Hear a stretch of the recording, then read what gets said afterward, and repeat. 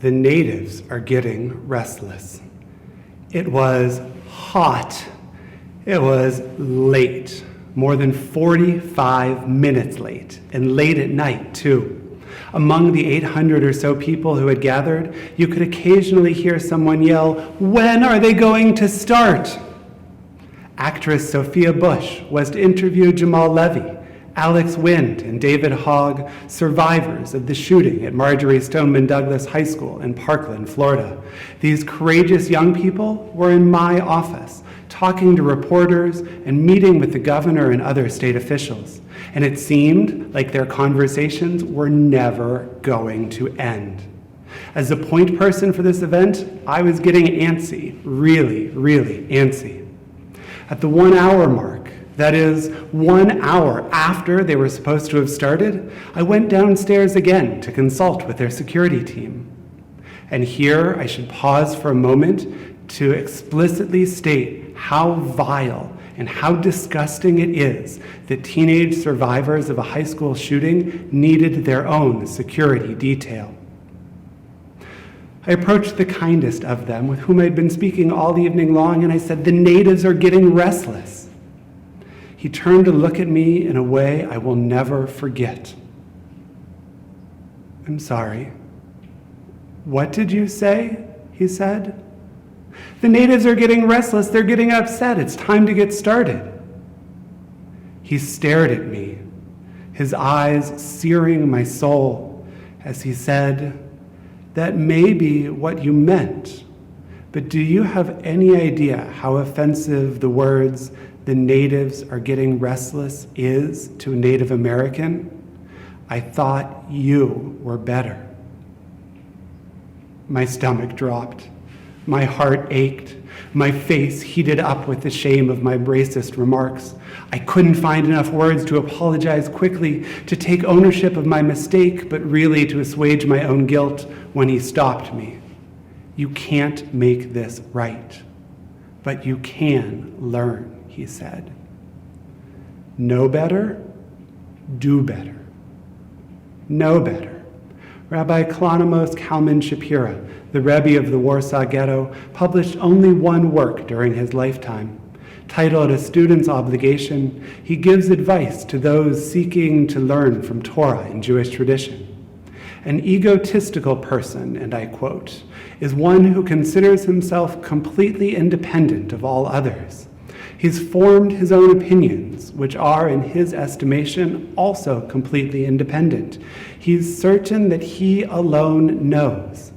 If one of his parents or teachers tries to advise him or guide him, he's certain that his understanding is greater than theirs is, and therefore experiences their intercessions as the arbitrary commands of tyrants who enjoy imposing their will on others," end quote.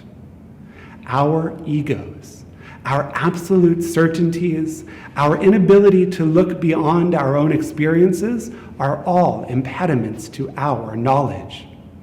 If we are to understand, if we are to know better, we must first step far enough outside of our own egos to truly listen and understand those whose experiences have been different from our own.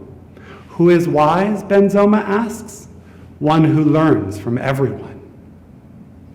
I don't know the experience of a Native American man navigating a society full of historical and modern micro and macro aggressions. I don't know what it's like to be a Black teenager, denigrated for the clothes I wear and the music I listen to and even the volume of my voice. I don't know what it's like to identify as a woman and be constantly held back from opportunities and promotions and income by a hand somehow invisible to those in power, but as clear to me as daylight. I don't know, so I have to listen.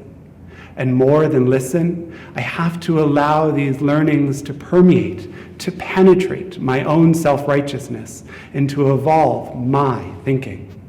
It's a form of empathy so sorely missing from our radically individualist society that it's almost countercultural to cultivate. But that's what's necessary to do better, know better. Collect additional information, additional knowledge, additional insights, have the strength to say, I was wrong, that I can learn from my mistakes, to show that our thinking has evolved. It has to evolve. We have to evolve. Who are you listening to right now? Do they look like you? Do they think like you? Do they reinforce your own ideas, or do they challenge you with knowledge and narrative different than your own? Know better, do better. The Talmud recounts a time when the greatest scholars of their day were debating which is paramount in Jewish value, study or action.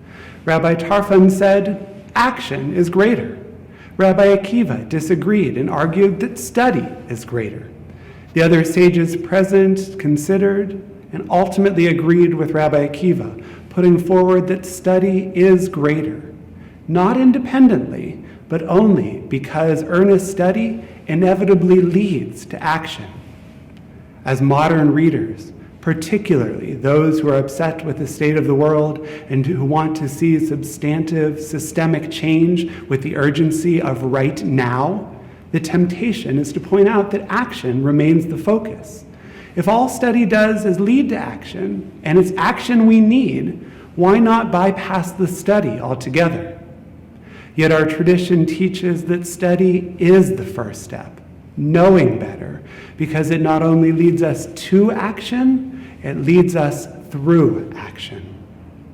Following the news cycle with even an iota of concern for our fellow human beings causes something of an empathetic overload.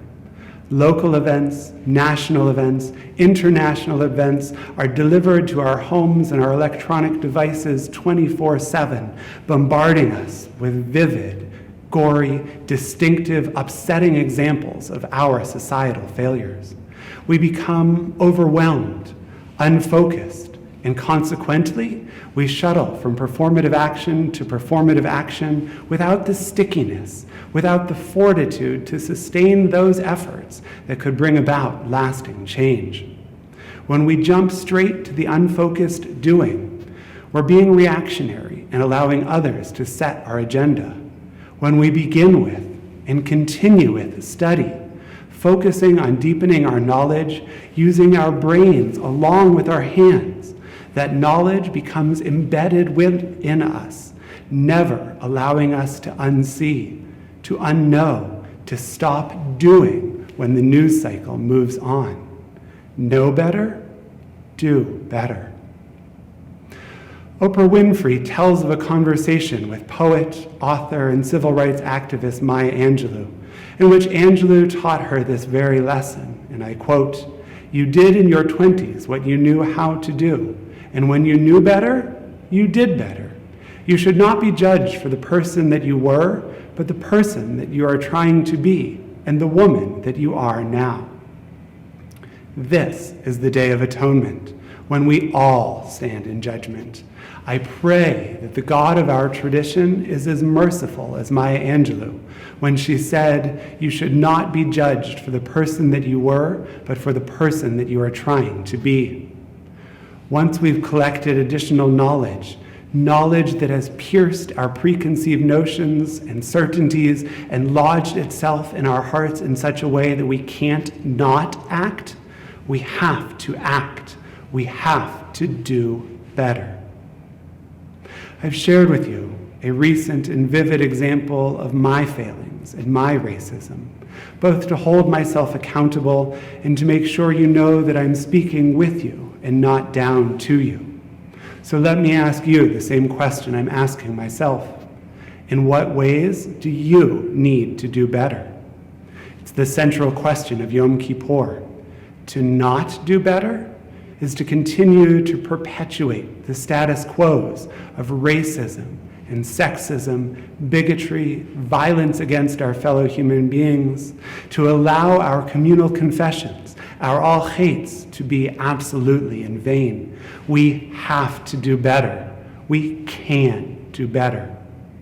He stared at me, his eyes searing my soul, as he said, Do you know how offensive the phrase, "the natives are getting restless," is to a Native American man? I thought you were better. I'm trying to be better each and every day, and I hope that you will be better too. Know better. Do better.